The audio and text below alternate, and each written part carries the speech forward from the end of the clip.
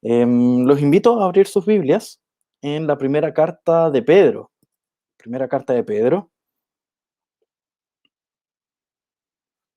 Primera carta de Pedro, capítulo 2. Primera carta de Pedro, capítulo 2. Y vamos a leer los versículos del 9 al 17. Primera carta de Pedro, capítulo 2, versículos del 9 al 17, dicen así: Mas vosotros sois linaje escogido, real sacerdocio, nación santa, pueblo adquirido por Dios, para que anunciéis las virtudes de aquel que os llamó de las tinieblas a su luz admirable. Vosotros, que en otro tiempo no erais pueblo, pero que ahora sois pueblo de Dios, que en otro tiempo no habíais alcanzado misericordia, pero ahora habéis alcanzado misericordia. Amados, yo os ruego como a extranjeros y peregrinos que os abstengáis de los deseos carnales que batallan contra el alma, manteniendo buena vuestra manera de vivir entre los gentiles, para que en lo que murmuran de vosotros como de malhechores, glorifiquen a Dios en el día de la visitación, al considerar vuestras buenas obras. Por causa del Señor, someteos a toda institución humana, ya sea al rey como a superior, ya a los gobernadores como por él enviados para castigo de los malhechores y alabanza a los que hacen bien. Perdón. Porque esta es la voluntad de Dios, que haciendo bien hagáis callar la ignorancia de los hombres insensatos, como libres, pero no como los que tienen la libertad como pretexto para hacer lo malo, sino como siervos de Dios. Honrad a todos, amad a los hermanos, temed a Dios, honrad al Rey. Oremos para que Dios nos dirija en este momento. Amado Dios, vamos delante de ti nuevamente en oración para que en esta hora, luego de haber leído tu palabra, tú nos ayudes a comprender tu palabra, no solo a comprenderla, sino que a guardarla en nuestro corazón y que ésta forme parte de cada uno de nuestros pasos. Por favor, oh Dios, ayúdanos a amarte a ti, a amarte cada día más, Señor, a seguir tus pasos en todo tiempo, a glorificarte con cada uno de nuestros actos, Señor. Todo esto lo pedimos en el nombre de Cristo Jesús, es que oramos. Amén. Muy bien, la carta de Pedro es bien interesante. Este texto por demás es bastante famoso, especialmente el versículo 9 que habla de vosotros sois linaje escogido, real sacerdocio, nación santa, pueblo adquirido por Dios, etcétera, etcétera. Y el apóstol Pedro parte hablando un poco sobre la resurrección de Cristo y cómo la resurrección de Cristo, esto en el capítulo 1, va a traer ciertas implicancias a nuestra vida, ciertas prácticas que nosotros debemos realizar, ciertas formas de vivir, cómo esa resurrección nos afecta. Entonces habla un poco de la salvación, habla de cuando sea manifestado Cristo, es decir, cuando Cristo vuelva por segunda vez, retorne y a partir de ahí nosotros seamos resucitados al igual que Cristo resucitó. Entonces es ahí donde cómo comienza esta carta, cómo comienza hablando de esa resurrección de Cristo, cómo esa resurrección tiene aplicaciones para nosotros y cómo esas aplicaciones nos apuntan hacia un nuevo mañana, hacia el día en que Cristo retorne, y cómo nuestra esperanza se encuentra precisamente en ese lugar. Y luego de mostrar esa realidad futura que tiene implicancias en el presente, que tiene aplicaciones presentes, que transforma nuestra vida en el presente, eh, va a hablar un poco de dos tipos de personas. Entonces, va haciendo una especie de ilustración. Está esta realidad futura, un conocimiento futuro que genera ciertos cambios en mi vida ahora. Por ejemplo, digamos que yo conozco o sé, y es una ilustración que uso bastante y probablemente la haya usado antes en la primera, Digamos que yo conozco, me entero de cuáles van a ser los números que va a ganar el loto en el próximo sorteo, o el Kino, o alguno de esos premios grandes que se dan en Chile. Eh, Eso va a tener implicancia inmediatamente en mi presente. A pesar de que el sorteo sea de aquí a 2 semanas, lo más probable es que yo me pare ahora mismo, salga corriendo a una tienda o lugar donde vendan estos números, o supermercado creo que venden, y compre inmediatamente los números ganadores. Compre el loto con los números ganadores, pide esos números. Entonces vean como el conocimiento de algo del futuro va a hacer con que yo inmediatamente dirija mis acciones en otro rumbo. A lo mejor nunca tenía pensado ir al supermercado el día de hoy, especialmente a comprar un loto, cosa que creo que nunca he hecho. Entonces, fíjense cómo paso a hacer algo que nunca he hecho al conocer estas cosas del futuro. Entonces, vean cómo nuestras acciones sí cambian al momento de conocer al tener este tipo de información. Y más aún si es una información que viene de Dios, en este caso, y que tiene que ver con la vida eterna. Entonces, aquí va a mostrar al comienzo del capítulo 2, final del capítulo 1, eh, dos formas de reaccionar a ese conocimiento. Y es ahí donde se va a hablar de los hombres, a modo general, de los seres humanos que no reaccionan ante esta verdad, que no reaccionan ante el juicio y siguen viviendo de forma carnal. Y después empieza a hablar de los escogidos de Dios, de aquellos que son de bastante valor para Dios. Y constantemente va a elaborar esa dualidad de estos dos tipos de personas. Por ejemplo, va a hablar de piedras vivas en confrontación con los hombres pecaminosos. O va a hablar de los que creen y de los que no creen. O de los desobedientes y de los obedientes. Y así sucesivamente.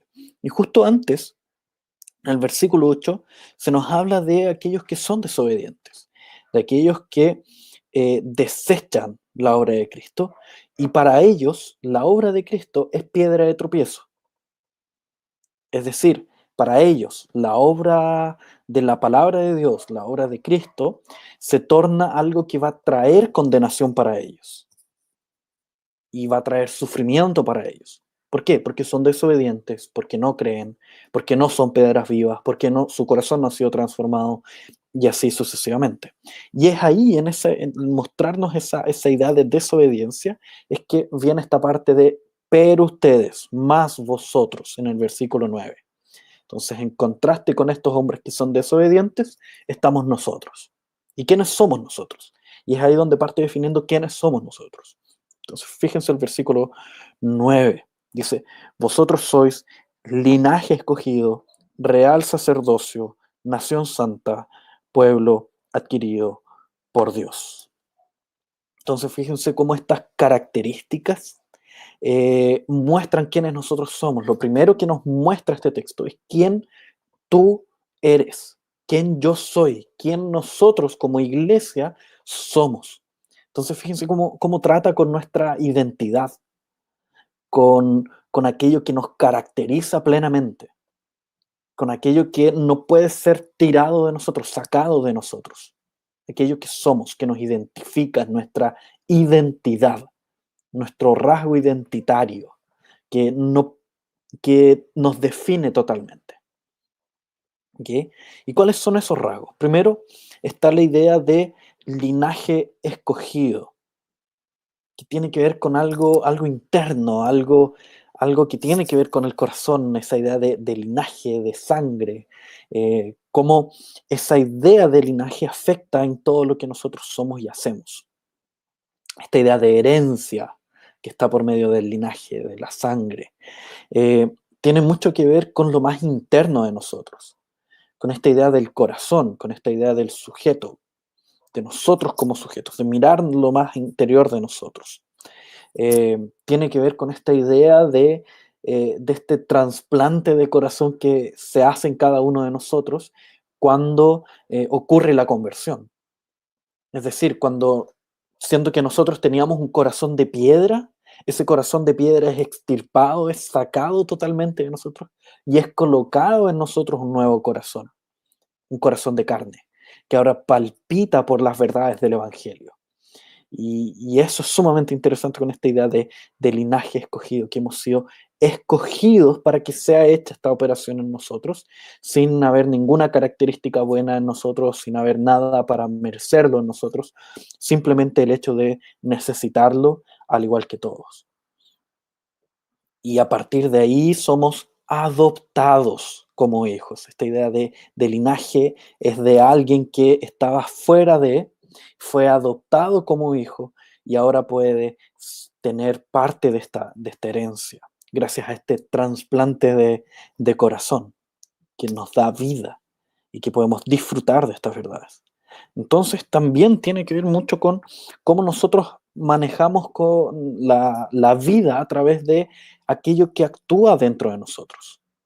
Es interesante recordar las palabras de Jesús cuando es cuestionado de por qué sus discípulos no se lavaban las manos en un ritual que ellos hacían antes de comer. Y Jesús les dice, porque no es lo que entra en el hombre lo que lo contamina, sino que aquello que sale del hombre, aquello que contamina al hombre. Entonces tiene que ver nuevamente con esa idea de corazón. Tiene que ver con esta idea de cómo aquello que debe ser guardado, aquello que es más precioso de nosotros, es nuestro corazón. Sobre toda cosa guardada, guarda tu corazón, dice la palabra de Dios. Entonces, mostrando cómo, si bien esta información que nos entrega Jesús de aquello que sale del hombre es lo que lo contamina, parece algo un poco ilógico, como que yo me contaminara por aquello que yo tengo. Es raro, ya lo tengo, ya está ahí, no puedo contaminarme más con aquello que ya está aquí. Eh, pero la idea es simplemente cómo funciona el corazón. Dios quiere mostrarnos cómo funciona nuestro corazón. Como si nosotros guardamos cosas en nuestro corazón y siendo estas cosas pecaminosas, ellas van a crecer aún más. Y especialmente si es que estas salen de nuestra boca. Quizás para herir a otros, para herirnos a nosotros mismos, o para hacer cagüines, como se dice popularmente. Ese tipo de palabras insensatas, van a herir nuestro corazón, van a volver a nuestro corazón, van a hacer crecer en nuestro corazón las iras, contiendas y odiosidades. Y por eso es muy constante en los salmos encontrar salmos que son raros para nosotros, como estos salmos que dicen, ojalá que estos hombres pecaminosos sean asesinados y sean destruidos y que sus huesos se caigan y se pudran, y ahí uno queda como, chuta, qué deseos más raros. Pero esos son deseos que existen incluso dentro de nosotros, pero que nosotros en vez de expresarlos delante de Dios en oración, los expresamos en frente de otros. Los expresamos atacando a otros, los expresamos por medio de actos de ira, de golpear cosas, de feng shui o cualquier otra cosa. Lidiamos con nuestra ira, con los sentimientos de nuestro corazón de forma equivocada. Y por eso nos vamos contaminando, en vez de colocarlos sinceramente delante de Dios. ¿Okay? Entonces esa es la primera idea. Luego dice real sacerdocio. Esta idea de real sacerdocio tiene mucho que ver con una norma, una regla establecida. Porque los sacerdotes eran aquellos que se encargaban de hacer esta unión entre el pueblo del Antiguo Testamento y Dios. Eran los intercesores, por así decirlo. Eh, y solamente era una tribu encargada de eso, encargada de interceder entre Dios y los hombres. Y esta intercesión era por medio de las reglas que Dios había establecido, y toda cosa fuera de esa regla no funcionaba para interceder, para hacer esta unión entre Dios y los hombres. Y por eso fue necesario que Cristo viniera, porque era el único que podía cumplir perfectamente esta regla y de esta forma hacer una unión perfecta entre Dios y los hombres. Pero se nos dice que nosotros somos real sacerdocio. Es decir, somos nosotros los encargados de comunicar esta verdad. Somos nosotros los encargados de mostrar, entregar el testimonio de Cristo que fue quien logró esta unión perfectamente. Entonces también está esta idea de norma. Primero, lidiar con nuestro corazón, como nosotros decimos la idea de linaje escogido. Tenemos aquello que nos identifica, es que tenemos un corazón transformado. Y en segundo lugar, que somos un real sacerdocio, o sea, que tenemos una norma de vida diferente a la del común de los hombres. Y después viene la idea de nación santa y pueblo adquirido por Dios, que tiene que ver con una situación diferente a la de todos los hombres. Formamos parte de un pueblo diferente al que todos los hombres forman. Nuestra nación es diferente. Y después el versículo 11 va a completar esa idea diciendo, ustedes forman parte de una nación diferente, son extranjeros en esta tierra, son peregrinos en esta tierra. Entonces es una situación que nos domina, que es diferente a la situación de todos los hombres. ¿Cuál es esa situación? Que formamos parte de un pueblo diferente, que necesitamos de ese pueblo. Nosotros hemos visto las dificultades que ha traído para la iglesia el hecho de no reunirnos como iglesia, el no poder participar de la Santa Cena. Y vemos la gran diferencia que causa en nosotros cuando nos reunimos. Y no es por nada que los hermanos comentaban antes que el comedor solidario había sido de gran bendición no solo para aquellos que reciben los alimentos, sino que también para aquellos que participan de esa actividad preparando los alimentos. ¿Por qué? Porque se reúnen como iglesia, se reúnen como pueblo de Dios. Y en esa comunión del pueblo de Dios, el pueblo de Dios crece, se ve fortalecido. El pueblo de Dios es parte, por así decirlo, de estas manifestaciones de Cristo. ¿Por qué? Porque el pueblo de Dios es el cuerpo de Cristo. Y al momento de tener comunión entre el cuerpo de Cristo, estamos teniendo comunión con la cabeza de ese cuerpo, que es Cristo. Entonces es sumamente importante esta idea de una nación diferente, porque también va a normar cómo nosotros actuamos, cómo nosotros hablamos, cómo nosotros pensamos. Va a afectar totalmente cómo nosotros vivimos. A modo de ejemplo, yo estuve viviendo fuera de Chile un tiempo y cuando viajé por primera vez, mi cabeza estaba el objetivo de aprender tan bien el idioma, conocer tan bien la cultura, mezclarme con ellos, si es necesario imitarlos, hacerlo.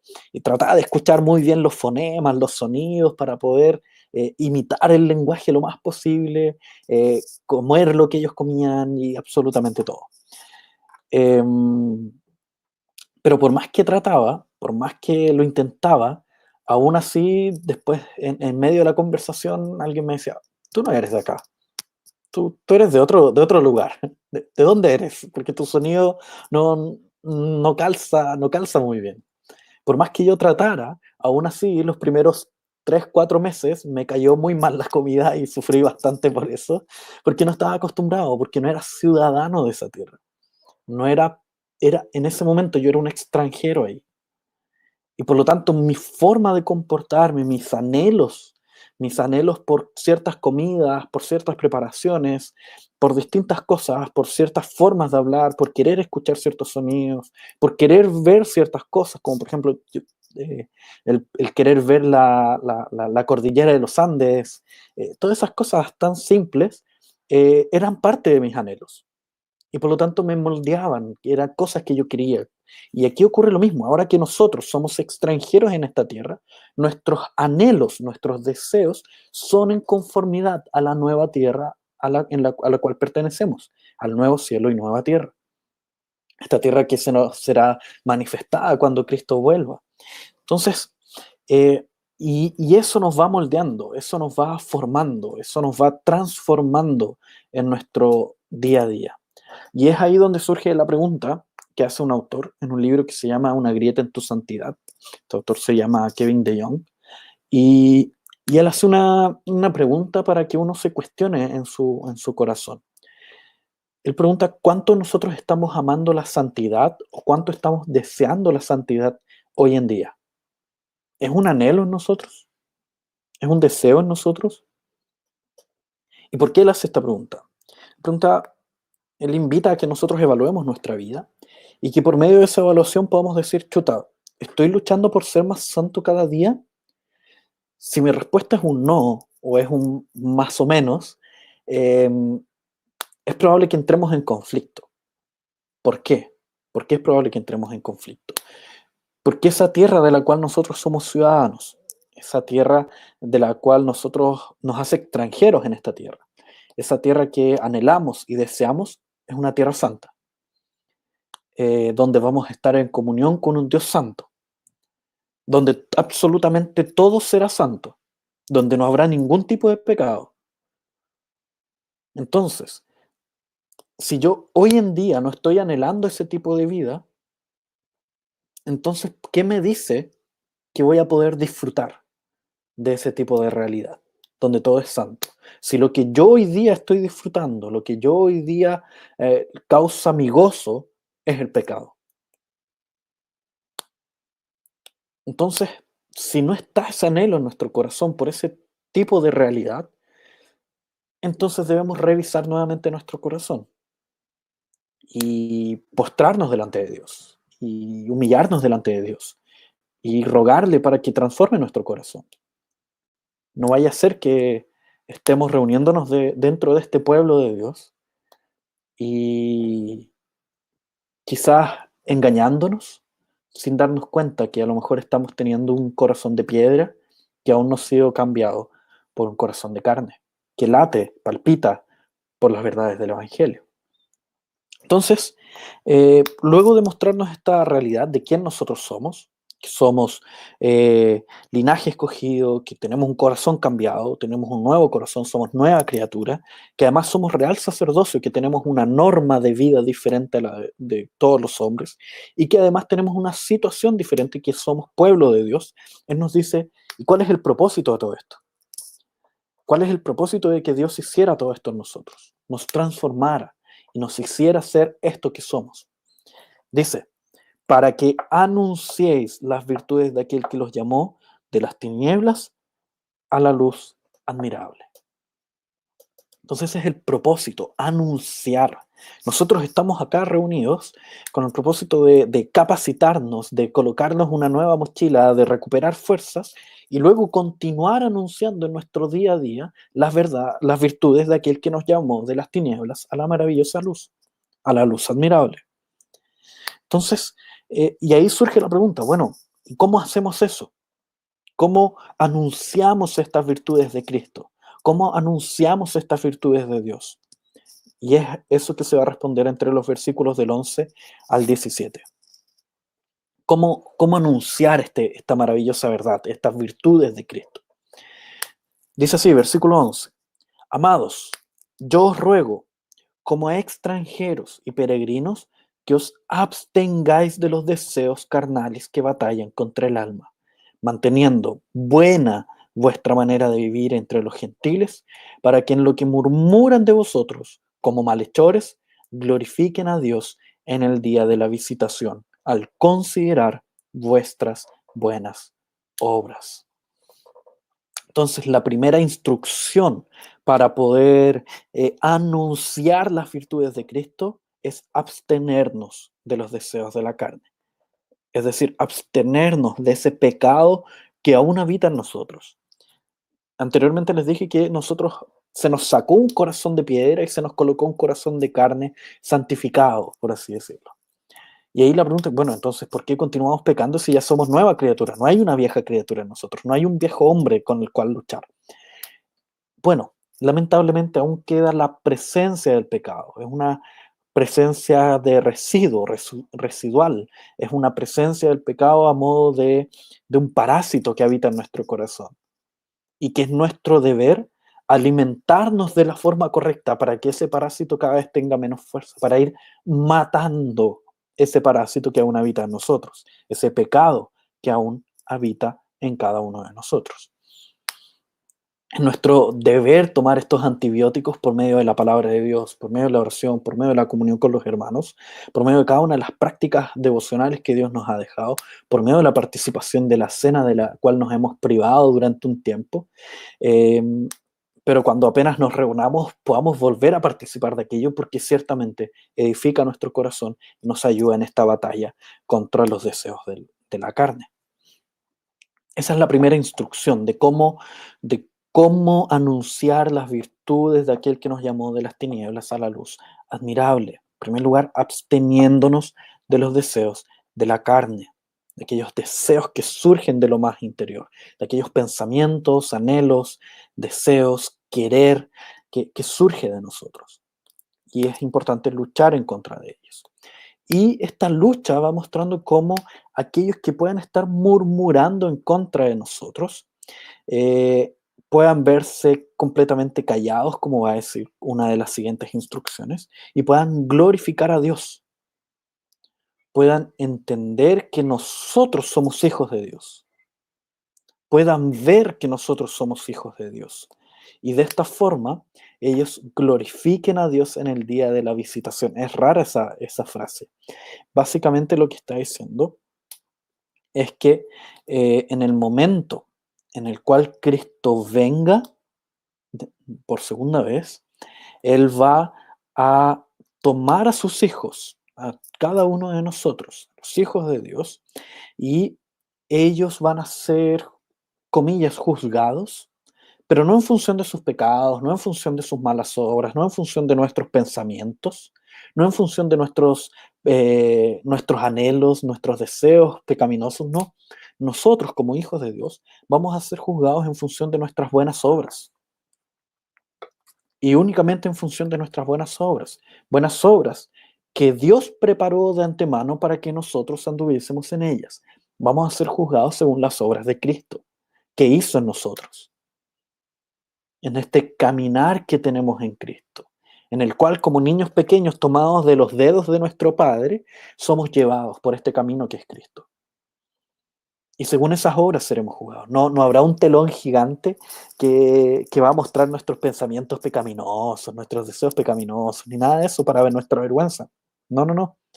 Nosotros vamos a ser juzgados según nuestras buenas obras. Y es ahí donde aquellos que han sido no creyentes, como dice el texto en el versículo 7, o aquellos que han sido desobedientes, como dice el versículo 8, aquellos que no han sido escogidos, como dice otro versículo, aquellos que no son piedras vivas, aquellos que no son hijos de Dios, ellos van a ver esas buenas obras, van a reconocer por medio de esas obras de Cristo que han sido hechas en nosotros, que somos hijos de Dios. Y de esa forma ellos van a glorificar a Dios en su propia condenación. Muy bien. ¿Cuál es la siguiente instrucción? De cómo nosotros anunciar las virtudes de aquel que nos llamó de las tinieblas a la maravillosa luz. Primero, abstenernos de nuestros deseos y en segundo lugar, someternos. Fíjense, versículo 13, 14. Por causa del Señor, someteos a toda institución humana, ya sea al rey como a superior, y a los gobernadores, como por él enviados para castigo de los malhechores y alabanza de los que hacen el bien. La segunda instrucción es sometiéndonos a toda autoridad. Y esto por causa del Señor, porque Dios coloca toda autoridad delante de nosotros. Y en este sentido, Pablo nos instruye súper bien en la carta a los Efesios. Si gustan, pueden buscar en la Biblia, donde en el capítulo 5 se nos muestra qué tiene que ver esto de someternos, qué significa esta idea de someternos. Someterse, lamentablemente, en nuestro tiempo, es una palabra que tiene una carga súper negativa. Es malo someterse. No es algo bueno a la luz de lo que el mundo cree. Pero a la luz de la palabra es algo sumamente maravilloso. De hecho, es tan maravilloso que nosotros vemos que dentro de la Trinidad, entre las personas de la Trinidad, ellos se someten. Es decir, Cristo se somete al Padre en las decisiones que el Padre toma. Y Cristo se somete muriendo en una cruz. Se somete haciéndose hombre. Se somete hasta la muerte y muerte de cruz. Entonces existe un sometimiento de parte de Cristo. Pero también existe un sometimiento de parte del Espíritu Santo. El Espíritu Santo se somete al Padre y al Hijo. Y a partir de ahí Él aplica la salvación en nosotros. Si no hubiera sumisión de parte del Espíritu, entonces nosotros no podríamos ser salvos. Si no hubiera sumisión de parte de Cristo, entonces no existiría la obra de la cruz, no existiría salvación. Entonces el sometimiento es fundamental dentro de la relación de la Trinidad. Es el aceite que permite que esta relación se dé de forma perfecta, aparte porque cada una de las personas de la Trinidad es perfecta. Y por lo tanto ese sometimiento es parte de esa perfección. Y en nuestra realidad, ¿qué pasa con el sometimiento? Es también parte de las relaciones entre todos. Pero lamentablemente, como el pecado ha tomado cuenta de cada una de nuestras palabras, cada una de nuestras acciones, entonces ese sometimiento se vuelve una humillación en contra del otro. Se vuelve el doblegar al otro, con tal de posicionarnos a nosotros mismos como Dios, como Señor. Cuando no es esa la idea.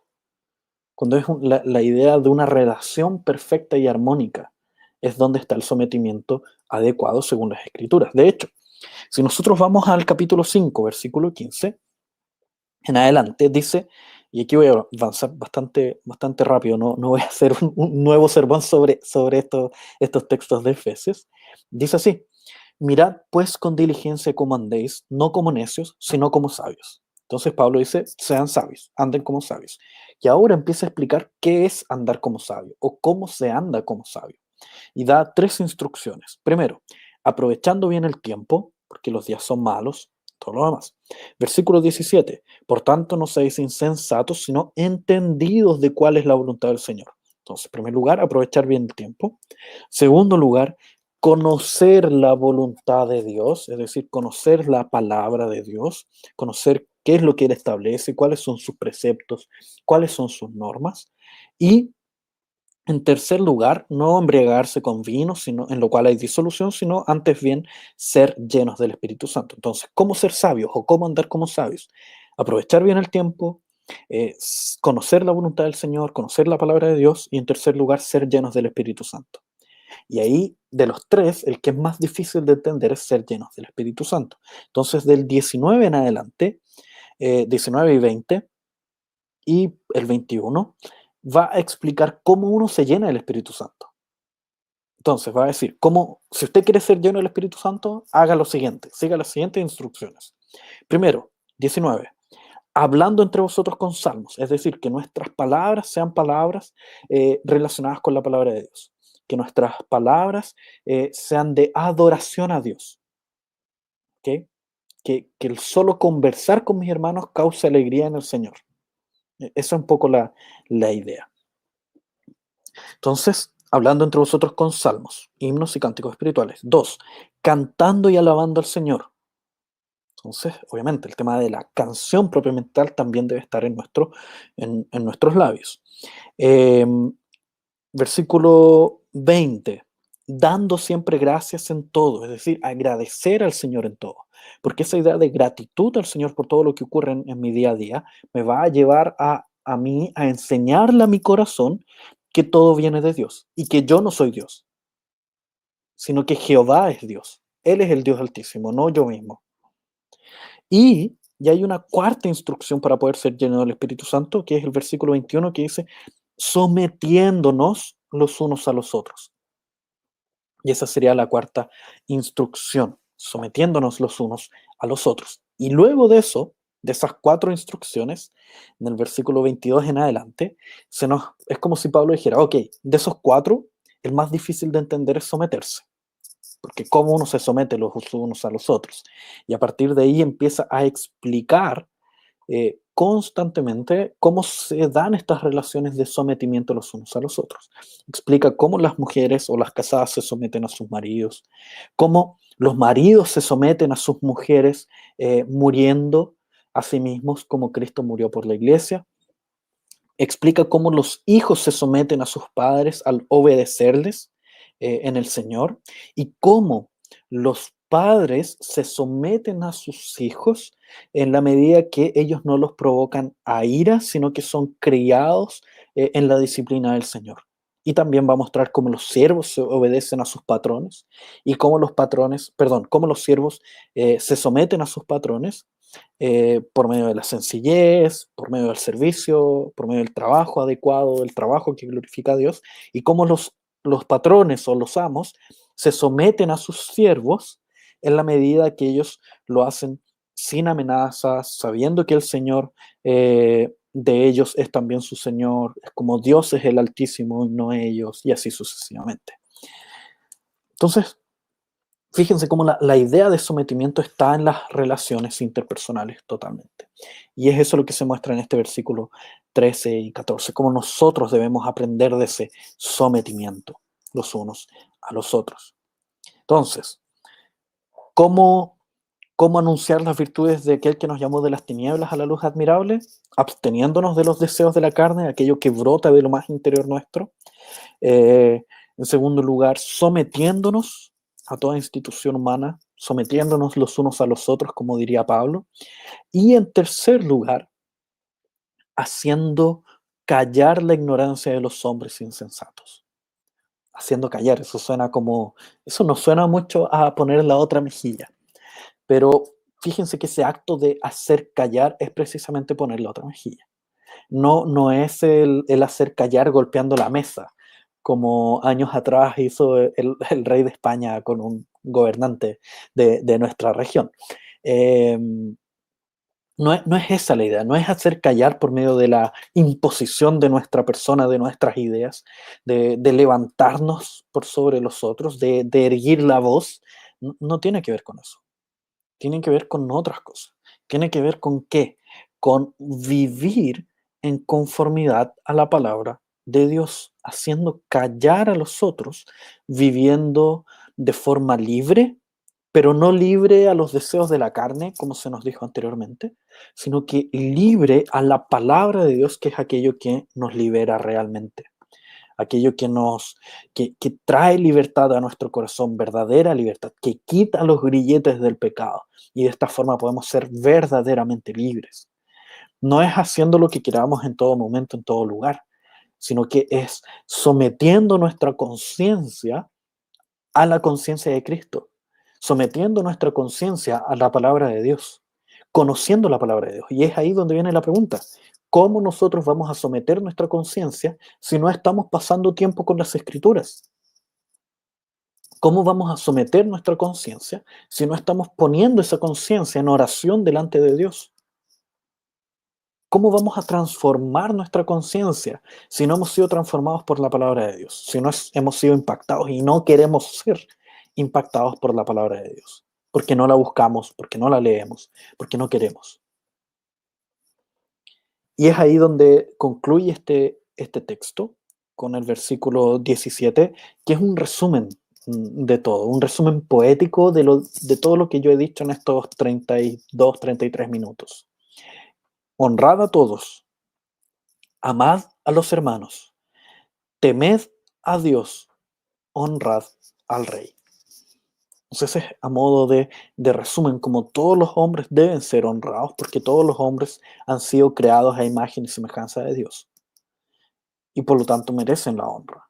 Yo no puedo deshonrar a los que me rodean, no puedo hacer bullying a los que me rodean, no puedo tratar mal a los que me rodean, porque estaría yo desfigurando esa imagen de Dios, estaría yo denigrando esa imagen de Dios que habita en cada uno de ellos.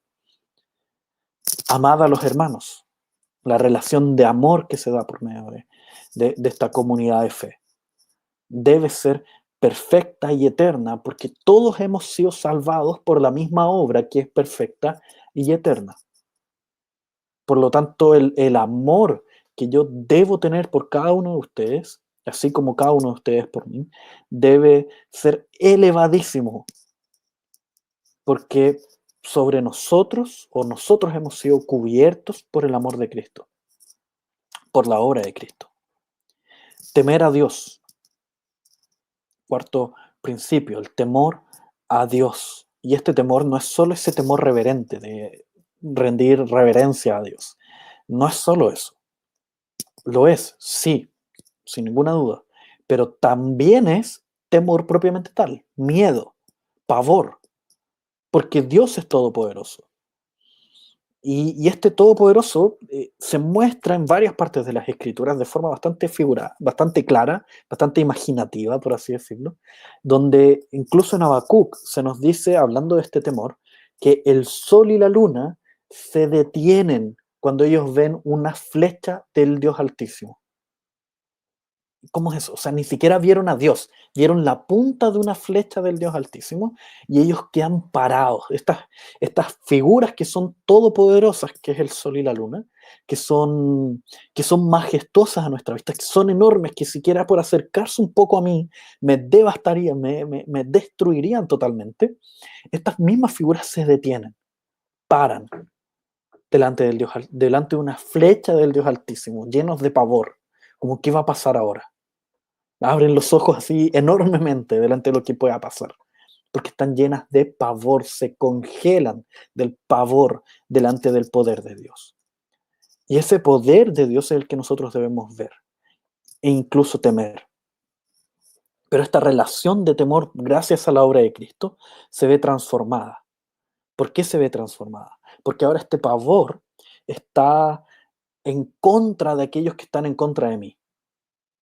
Y a favor de mí está su amor eterno y perfecto, que es igual de grande que su poder. Y por eso mismo Pablo afirma que no hay nada que pueda separarnos del amor de Dios que está en Cristo Jesús. Es por eso que ni lo alto ni lo profundo, ni ángeles, ni ángeles, ni potestades, ni lo presente ni lo porvenir, absolutamente nada puede separarnos del amor de Dios que está en Cristo Jesús. Por último, ya que yo temo a ese Dios, entonces honro a las autoridades que ese Dios ha colocado. Y ese también es una de las formas de vivir en esta realidad donde hace poco tuvimos elecciones, donde quizás algunos de nosotros estén con miedo, otros con esperanzas, entender que bajo del sol no hay nada nuevo, es todo vanidad. Lo único que puede realmente transformar las realidades de un país, transformar las realidades de una nación, transformar las realidades de una persona, es la obra de Cristo. La obra de Cristo siendo aplicada al corazón de cada uno de nosotros. Y así como el creyente es invitado en otras partes de las Escrituras a orar por las autoridades, orar para que ellas conozcan a Cristo, conozcan el Evangelio, sean impactados por esta palabra, sus vidas sean transformadas por esta palabra y sean agentes de cambio en la nación. Y de esa forma nosotros poder vivir quieta y reposadamente. Entonces, teniendo todo esto en mente, que somos un linaje escogido, y que hemos sido llamados para anunciar las virtudes y que esas virtudes se anuncien por medio de la abstinencia de nuestro pecado que brota de nosotros, por medio del sometimiento los unos a los otros y por medio de el hacer callar, el vivir en conformidad a esta palabra, es que los invito a orar para terminar este sermón del día de hoy. Oremos. Amado Dios, estamos delante de ti, agradecidos, Señor, por tu amor, por tu misericordia, por tu gracia, por tu perdón. Agradecidos porque hemos sido llamados, Señor. Estando nosotros en el barro más profundo, Señor, tú nos levantaste, tú nos sacaste de ahí, tú nos tomaste de las manos, nos colocaste sobre la roca firme que es Cristo, enderezaste nuestras piernas y nos enseñaste a caminar nuevamente. Gracias, Padre, por ello. Gracias porque gracias a esa maravillosa obra de Cristo es que ahora nosotros podemos anunciar tus virtudes, anunciar a aquel que nos llamó de esas tinieblas a esta luz admirable. Gracias, Padre, porque ahora, gracias a la obra de tu Espíritu Santo en nuestro corazón, nosotros podemos vivir de tal manera que podamos luchar contra el pecado, podamos luchar contra el pecado que habita en nosotros, podamos seguir estos pasos de Cristo. También, oh Padre, podemos someternos los unos a los otros, porque vemos en esta palabra bondades tuyas, Señor. Porque vemos en esta palabra sometimiento, vemos lo que el mundo no ve. El mundo ve amargura, ve tristeza, ve desencanto, ve sufrimiento en el sometimiento, mientras que nosotros vemos tu gloria, oh Padre. Y gracias, oh Padre, porque podemos vivir en conformidad a tu palabra, no vivir como insensatos, Señor, sino que vivir como libres, como siervos tuyos, siervos del Dios Altísimo, oh Padre. Muchas gracias, oh Dios, por estas tremendas bondades, estas tremendas virtudes que tú has derramado sobre nosotros. En el nombre de Cristo Jesús oramos. Amén.